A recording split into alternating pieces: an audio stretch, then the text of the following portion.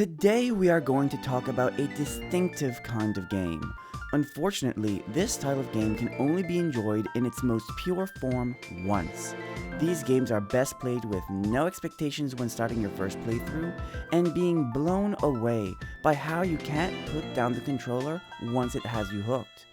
These 4 games, I'd sell my kidney for the opportunity to play for the first time again. But before we begin, I'd like to point out that these games are still quite fun. There's just something about the first playthrough though that's just a little bit more special. But with that out of the way, let's go right into the first game. The first game is The Legend of Zelda Wind Waker HD. This was the first ever Zelda game I had ever played in my life, and I remember getting it for Christmas in 2014 for the Wii U. And I'll be honest, I remember the game didn't look that great. And when I was younger and there were games like these that I didn't quite know if I would enjoy or not, I'd always ask for them for Christmas instead of spending my own money on it. That way it would always be a bit more special because it was a gift, but then I didn't feel like I wasted my own money if I didn't like it. But oh boy, trust me, not a single penny was wasted on this disc. The Legend of Zelda The Wind Waker HD is a timeless masterpiece that was remastered for the Nintendo Wii U, breathing fresh life into a already breathtaking adventure.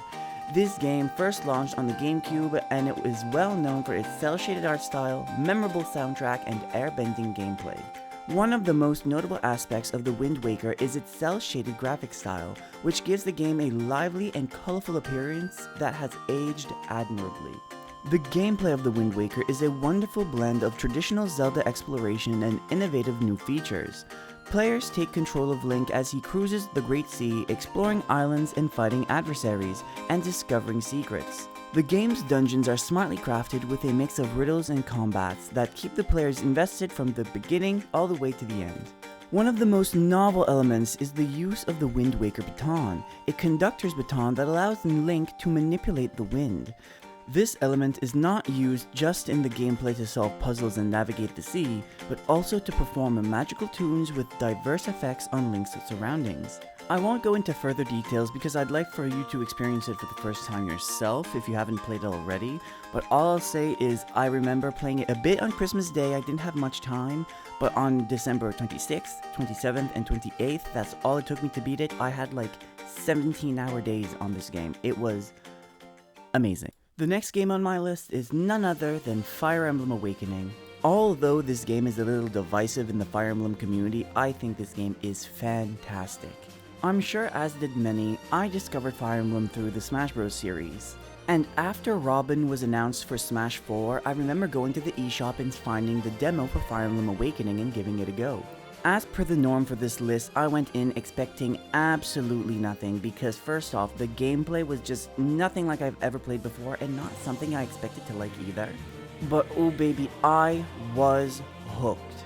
Fire Emblem Awakening reinvigorated the Fire Emblem series, catapulting it to new heights of popularity and recognition. This tactical role-playing game available for the Nintendo 3DS is praised for its sophisticated strategic gameplay, generic but enjoyable storyline, and memorable characters. One of the game's most notable characteristics is its tactical combat.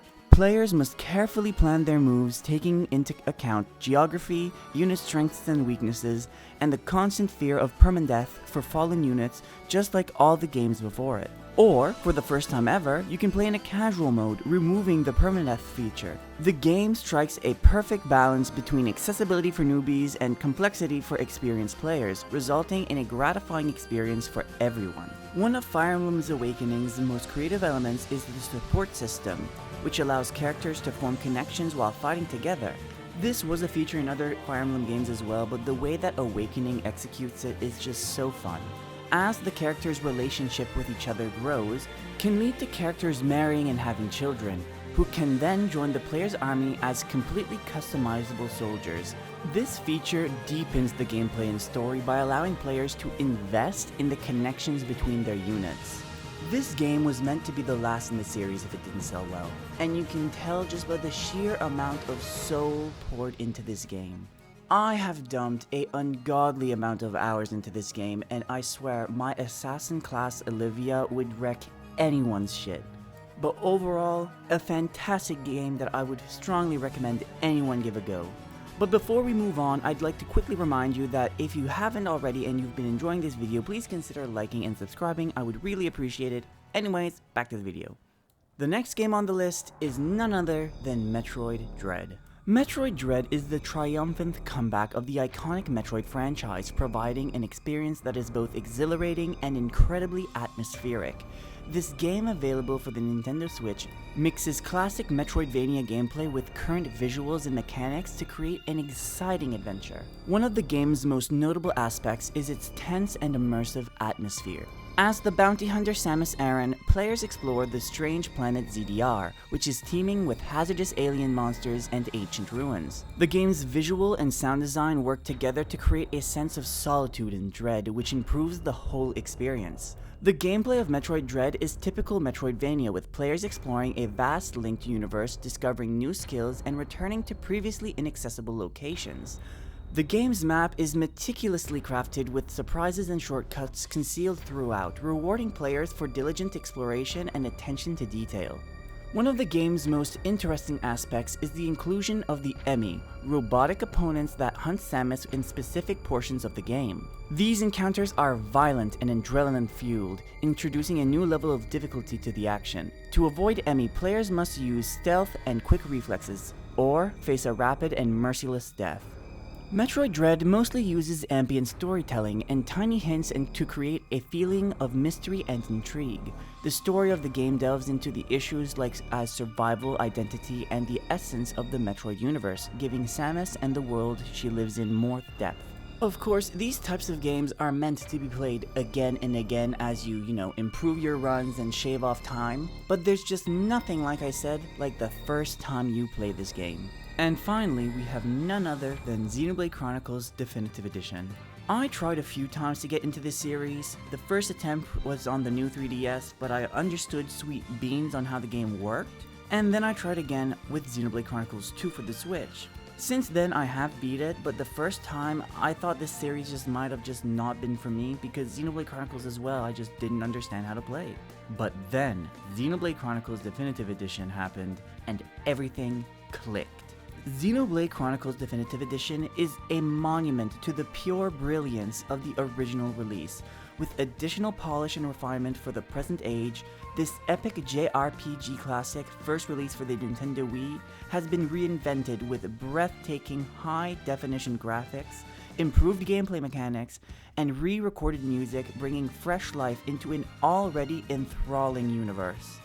At its core, Xenoblade Chronicles is a game about exploration, discovery, and the relationships that unite us. Set in a universe where titans known as Bionis and the Mechonis are eternally at odds, players take on an amazing journey as Shulk, a youthful hero carrying the renowned Minato sword. The game's enormous open world is breathtaking, allowing players to explore and discover its many secrets at their own speed. However, what truly sets Xenoblade Chronicles apart is its rich and engaging narrative, filled with memorable characters and profound themes. The game's story explores complex themes such as fate, identity, and the nature of existence, while delivering a compelling tale of heroism and sacrifice. Each character feels unique and well developed.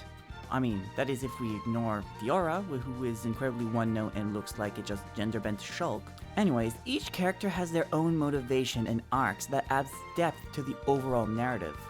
I could go literally all day on about this game. There's not enough positive adjectives to describe this game. I'm absolutely head over heels in love, and I would do anything for the opportunity to be able to play this game for the first time again. And I strongly recommend you do so if you haven't played it, and if you haven't played it, don't look it up, just buy the game and play it, thank me later. But with all that being said, those are 4 of the games that I would sell my kidney to play for the first time again. And now I want to hear from you. What game would you love to be able to try for the first time again? If you enjoyed this video, I'd really appreciate it if you'd consider liking and subscribing, and until next time, what else?